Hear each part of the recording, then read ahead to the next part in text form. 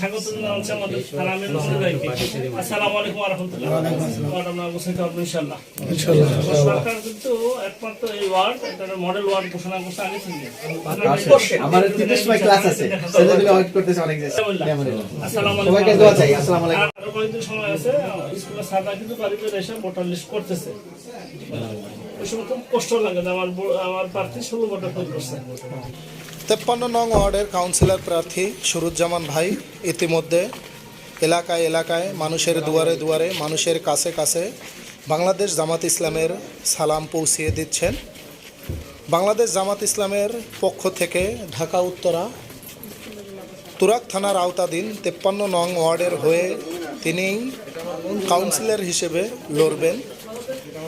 একটি দাওয়াতের অনুষ্ঠানে প্রধান মেহমান হিসেবে তিনি এখন সেই অনুষ্ঠানে যাচ্ছেন। তার আসার সংবাদ শুনে উৎসুক জনতা তার সাথে মোসাফা সালাম বিনিময় করার জন্য ছুটে আসতেছে।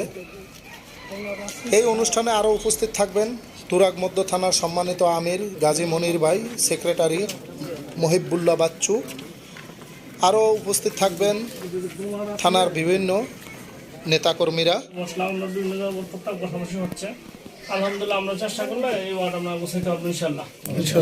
সরকার কিন্তু একমাত্র এই ওয়ার্ড এটা মডেল ওয়ার্ড ঘোষণা করছে আগে থেকে। এই সেই ওয়ার্ড যে ওয়ার্ডে বহু খরচ করছে, অন্য কোনো ওয়ার্ডে এত খরচ হয়নি। কোনো উত্তরখান দক্ষিণখান দেখবেন বহু কাজ শুরু হয়নি, যদি ক্যাম্প হয়ে জায়গায় কাজ যা হয়েছে আমাদের মডেল ওয়ার্ড হচ্ছে। এটারে কিন্তু চিন্তা ছিল সরকার মেট্রো রেটারে ওই ইয়াতে নিয়ে যাওয়া, কামারপাড়া দিয়ে নিয়ে যাওয়া, এখন হয়তো ঘুরাই দিকদার নিচ্ছে।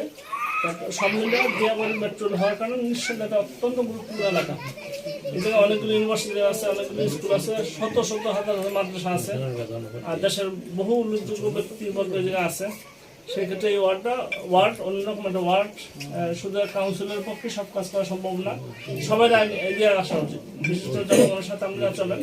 আমাদের দায়িত্ব আছে যে আমাদের এই ওয়ার্ড মডেল ওয়ার্ডের চেষ্টা করা। আর এখনকার মূল কাজ হয়েছে প্রার্থীকে বিজয়ী করতে হলে নিজে ভোটার হয়ে যাওয়া, অন্যকে ভোটার করানো।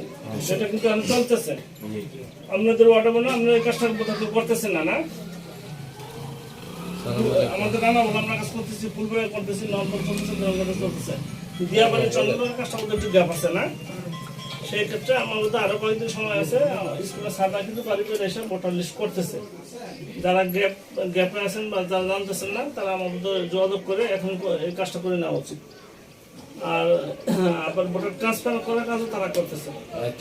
সেই ক্ষেত্রে আমাদের স্থানীয় লোকের চাইতে অস্থানীয় লোক অনেক বেশি, ভাড়াটি আরো বেশি।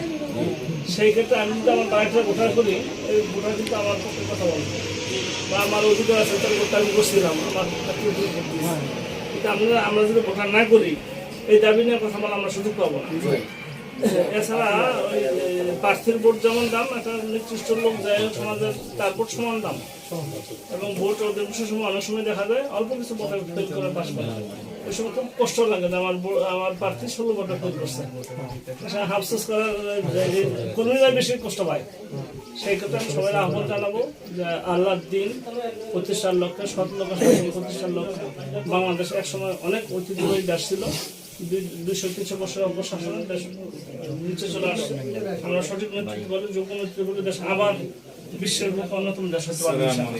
আমাদের ওয়ার্ডও হইতে পারে একটা আদর্শ ওয়ার্ড।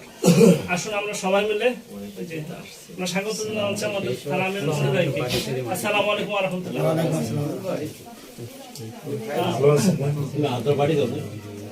তো আমার মনের শেষ কথা বলবো, আর আমি কথা বলে চলে যাচ্ছি আর দুইটা শীতল থাকার কারণে সবাই থাকবেন। চিন্তা করি আমাদের ওয়ার্ড সুন্দর হয়ে গেলে আমাদের থানা সুন্দর হবে, আমাদের থানা সুন্দর হলে আমাদের দেশ সুন্দর হবে।